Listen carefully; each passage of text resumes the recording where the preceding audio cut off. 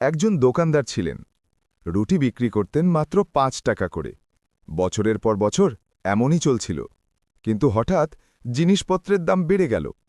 ৫ টাকায় রুটি বিক্রি করে এখন লস খেতে হচ্ছে তার। ভাবল, না, এবার দাম বাড়াতে হবে, ১০ টাকা করব। কিন্তু তারপরই মাথায় এলো, হঠাৎ দাম বাড়ালে ক্রেতারা রেগে যাবে। সে দিশাহারা হয়ে গেল। তারপর মনে হল, রাজা সাহেবের কাছে যাই, উনিই বুদ্ধি দেবেন। যেই চিন্তা সেই কাজ। দোকানদার হাজির রাজা সাহেবের দরবারে। সে বলল, হুজুর, আমি এক বিপদে পড়েছি। আল্লাহ চাইলে আপনি এর সমাধান দিতে পারবেন। রাজা সাহেব বললেন, বলো, তোমার সমস্যা কি? দোকানদার বলল, হুজুর, জিনিসপত্রের দাম এত বেড়ে গেছে যে ৫ টাকায় রুটি বিক্রি করে এখন লস হচ্ছে। আমি চাই রুটির দাম ১০ টাকা করতে।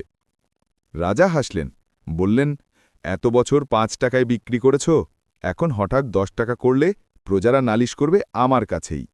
দোকানদার কাঁদো কাঁদো গলায় বলল, হুজুর, দয়া করে একটা উপায় বলে দিন।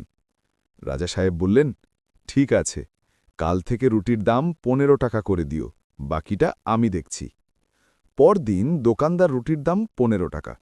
ক্রেতারা রেগে গিয়ে সোজা রাজার দরবারে হাজির। হুজুর, ওই দোকানদার রুটির দাম ৩ গুণ করে ফেলেছে।